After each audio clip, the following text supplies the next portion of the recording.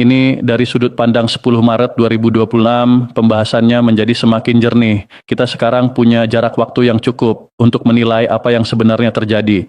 Pada saat itu memang pernah muncul gelombang informasi yang membuat banyak orang berharap. Isunya besar, penyebarannya luas, dan pembahasannya berulang-ulang.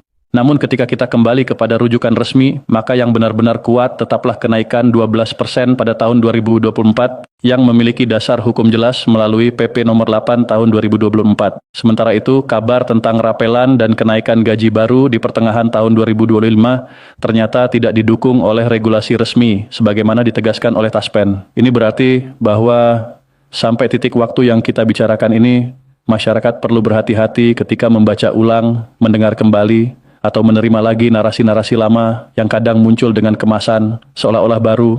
Kita perlu memahami bahwa di era media sosial, sebuah isu yang pernah viral bisa saja muncul kembali beberapa bulan kemudian, bahkan beberapa tahun sesudahnya. Ada orang yang membagikannya ulang tanpa mengecek tanggal. Ada yang sengaja mengutipnya kembali tetapi menghilangkan konteks waktunya.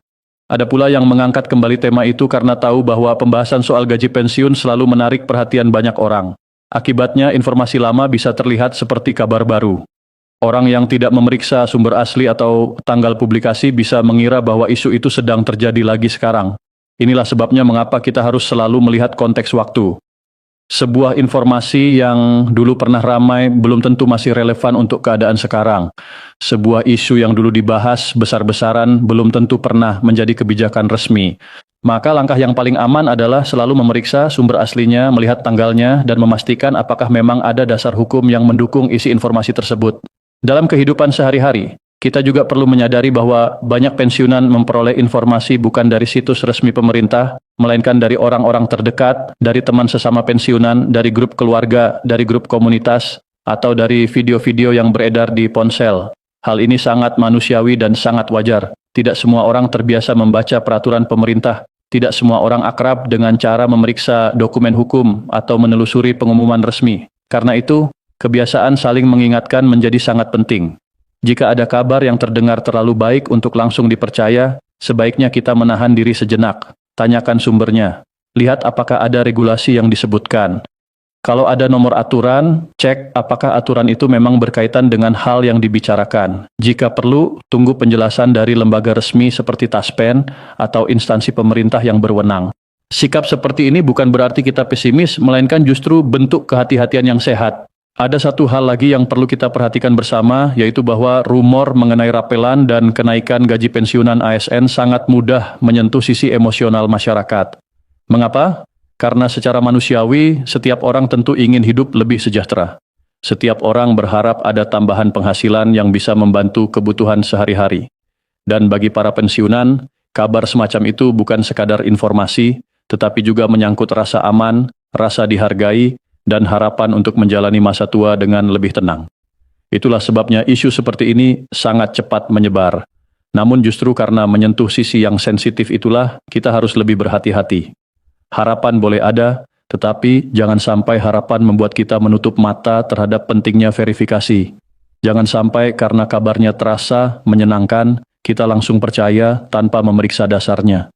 Sebab, jika kita terlalu cepat yakin, maka yang muncul di belakang hari bukan hanya kebingungan, melainkan juga kekecewaan. Kekecewaan itu bisa sangat nyata. Ada orang yang mungkin sudah membayangkan akan menerima tambahan uang, lalu mulai menyusun rencana keuangan. Ada yang berharap rapelan bisa dipakai untuk membeli kebutuhan pokok. Ada yang berniat menggunakannya untuk biaya berobat, memperbaiki rumah, membantu anak atau cucu, atau menutup kebutuhan yang tertunda. Bayangkan jika harapan seperti itu sudah telanjur tumbuh, tetapi ternyata kebijakan resminya memang tidak ada. Tentu rasa kecewa akan sangat terasa. Karena itu, menjaga diri dari informasi yang belum jelas bukan hanya soal ketelitian, tetapi juga soal menjaga ketenangan hati dan kesehatan pikiran. Informasi yang benar membuat kita dapat menyusun rencana hidup secara realistis. Sebaliknya, informasi yang tidak benar bisa membuat kita membangun ekspektasi di atas sesuatu yang rapuh. Bapak Ibu yang kami muliakan, dalam pembahasan seperti ini kita juga perlu memahami makna istilah rapelan. Kata rapelan sering terdengar akrab di telinga masyarakat, tetapi pemahamannya tidak selalu sama. Dalam pengertian umum, rapelan adalah pembayaran susulan atas selisih hak yang seharusnya sudah berlaku, tetapi belum dibayarkan pada waktu sebelumnya. Karena itu, ketika masyarakat mendengar kata rapelan, banyak yang langsung beranggapan bahwa memang ada hak yang tertunda dan akan dibayarkan kemudian. Padahal rapelan hanya mungkin terjadi apabila ada dasar kebijakan yang jelas. Kalau tidak ada kebijakan baru, lalu rapelan itu berasal dari apa?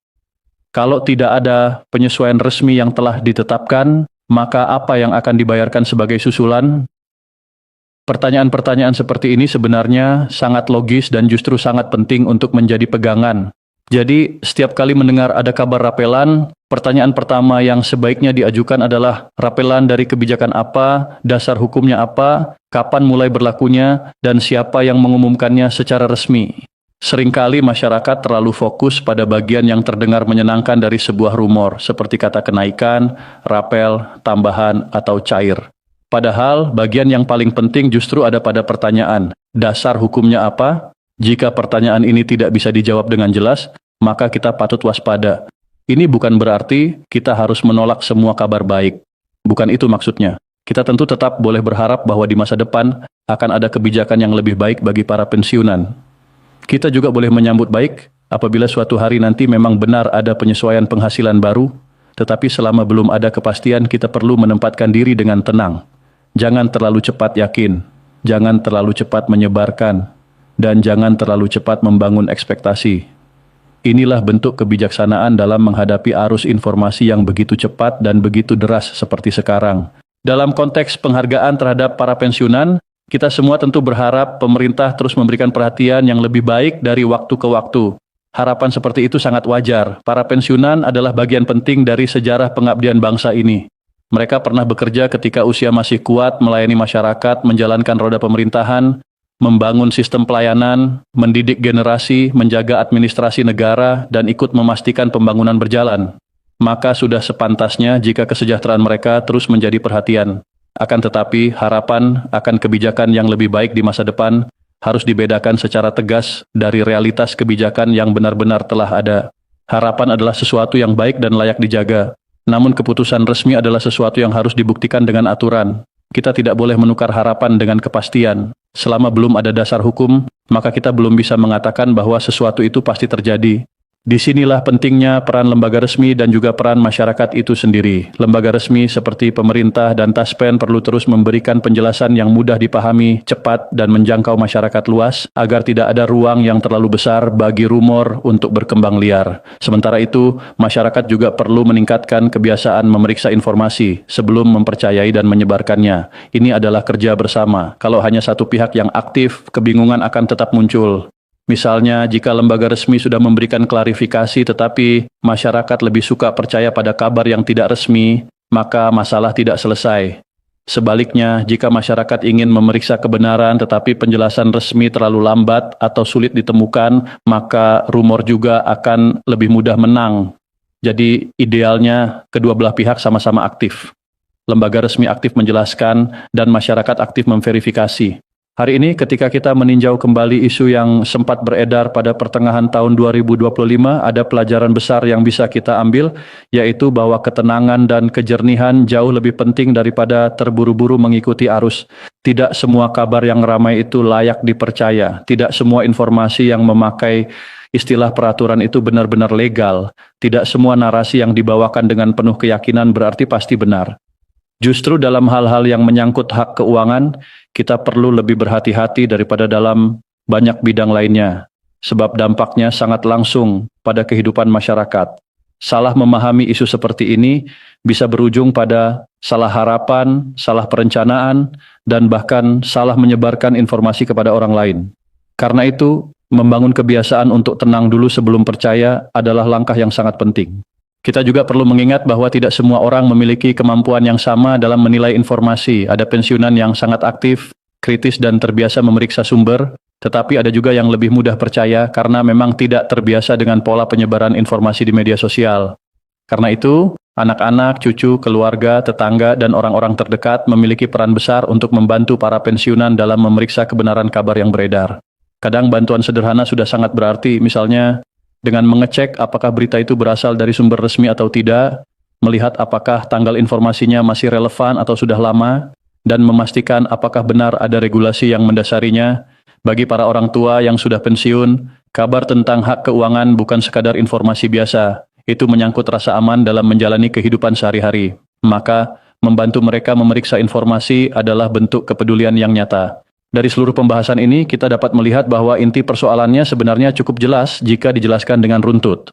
Pertama, memang benar bahwa pada tahun 2024 telah ada kenaikan gaji pensiunan ASN sebesar 12%, dan kebijakan itu memiliki dasar hukum yang jelas melalui PP nomor 8 tahun 2024. Nah, manfaat tabungan hari tua kalau kita menarik dari belakang sampai dengan saat ini itu tabungan hari tua jika pensiun manfaat terendahnya itu antara 3 juta sampai dengan 86 juta Bapak Ibu yang akan dibayarkan sekaligus kepada Bapak Ibu semua. Kalaupun misalkan terjadi meninggal dunia kepada ASN yang masih aktif, itu juga akan dibayarkan kepada ahli warisnya tabungan hari tua tersebut. Manfaat terendahnya 3 juta dan manfaat tertingginya itu 99 juta kurang lebih Bapak Ibu. Tadi kita di awal sudah membahas asuransi kematian diri sendiri. Nah, kalau misalkan terjadi meninggal dunia masih aktif kepada ASN tersebut, meninggal dunia itu asuransi kematian dibayarkan sebesar 8 juta Bapak Ibu yang dibayarkan kepada ahli warisnya, atau asuransi kematian istri atau suami dari ASN tersebut. Nah, itu kita bayarkan sebesar 6 juta. Dan asuransi kematian anak. Anak tadi kita bayarkan itu 4 juta dengan maksimal 3 kali kejadian. Selanjutnya, next. Tadi kita sudah membahas tentang program tabungan hari tua. Selanjutnya kita membahas program pensiun. Tadi yang sudah disampaikan oleh Pak Yudi bahwasanya program pensiun itu berdasarkan Undang-Undang Nomor 11 Tahun 1969. Next. Nah, Bapak Ibu, di program pensiun ini Bapak Ibu juga dipotong gajinya. Sebesar berapa? Sebesar 4,75% dikali gaji pokok plus tunjangan keluarga. Kalau Bapak Ibu mungkin selama ini kalau gajian tidak memperhatikan slip gajinya, kalau saran saya sih sekarang boleh dilihat lagi.